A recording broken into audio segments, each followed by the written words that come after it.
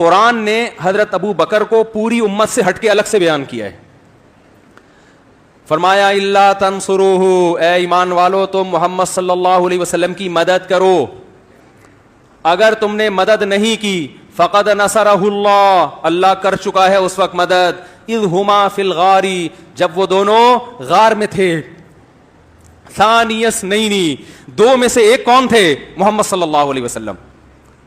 یعنی اللہ ابو بکر صدیق کے ذریعے مدد کر چکا. یہاں اللہ نے جب امت مسلمہ سے خطاب کیا کہ اے ایمان والو تم نبی کی مدد کرو، تو اس خطاب میں حضرت ابو بکر داخل نہیں ہے، ان کے علاوہ کو خطاب ہو رہا ہے. ان کے علاوہ کو خطاب کر کے کہا جا رہا ہے کہ اے ایمان والو تم مدد کرو. نہیں کرتے تو ابو بکر تو کر چکے ہیں مدد. ایسے لوگ تو ہیں نبی کے پاس، اللہ کو تمہاری مدد کی ضرورت نہیں ہے. اذ یقول لصاحبہ، جب محمد صلی اللہ علیہ وسلم اپنے صاحب کا لفظ آیا نا، صحابی صاحب ایک ہی معنی ہے. جب وہ اپنے صحابی سے کہہ رہے تھے لا تحزن، غم نہ کرو، ان اللہ معنا، اللہ ہمارے ساتھ ہے. غار میں جب پناہ لیا نا، دیکھو حضرت موسیٰ علیہ السلام جب دریا کے کنارے پہنچے اور پیچھے بہت بڑا لشکر آ رہا ہے فرعون کا، بنی اسرائیل نے کہا انا لمدرکون، موسیٰ پکڑے گئے، مروا دیا. یہ بنی اسرائیل کہہ رہے ہیں. آگے دریا ہے، پیچھے فرعون ہے، بھاگنے کا راستہ نہیں ہے. تو موسیٰ علیہ السلام نے کیا فرمایا؟ کلا، ہرگز ایسا نہیں ہے. ان معی ربی، میرے ساتھ کون ہے؟ اللہ. حضرت موسیٰ نے کہا ہمارے ساتھ کون ہے؟ بولتے کیوں نہیں بھائی؟ ہمارے ساتھ نہیں کہا، میرے ساتھ کون ہے؟ اللہ.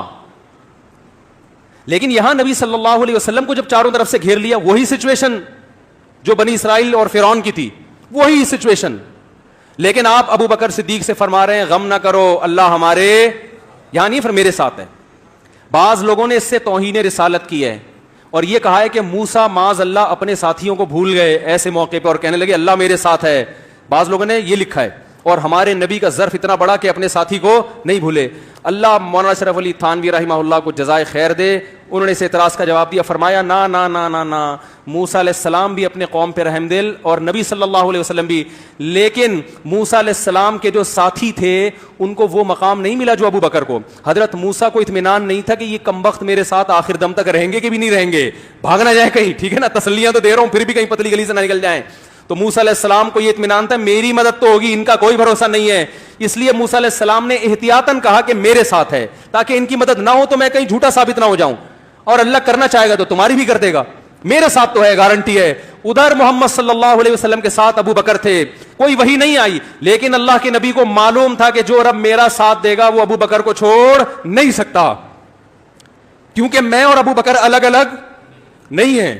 اس لیے فرمایا ان اللہ معنا، غم نہ کر ابو بکر، اللہ ہمارے ساتھ ہے. اس سے بڑی کسی کے صحابی ہونے کی دلیل ہو سکتی ہے؟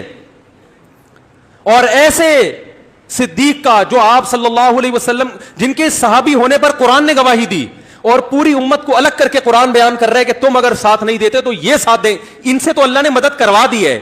آپ بتاؤ اس صحابی پر اگر کوئی لان تان کرے تو کیا اس کے ایمان، اس کے کفر میں کوئی شبہ ہو سکتا ہے؟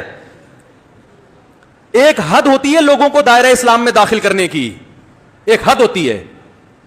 ہمارا ظرف اسلام کے بارے میں بہت وسیع ہے، ہم لوگوں کو دائرہ اسلام سے نکالنے کے قائل نہیں ہیں، لیکن ایک لمٹ ہے، اسلام کی ایک باؤنڈری ہے.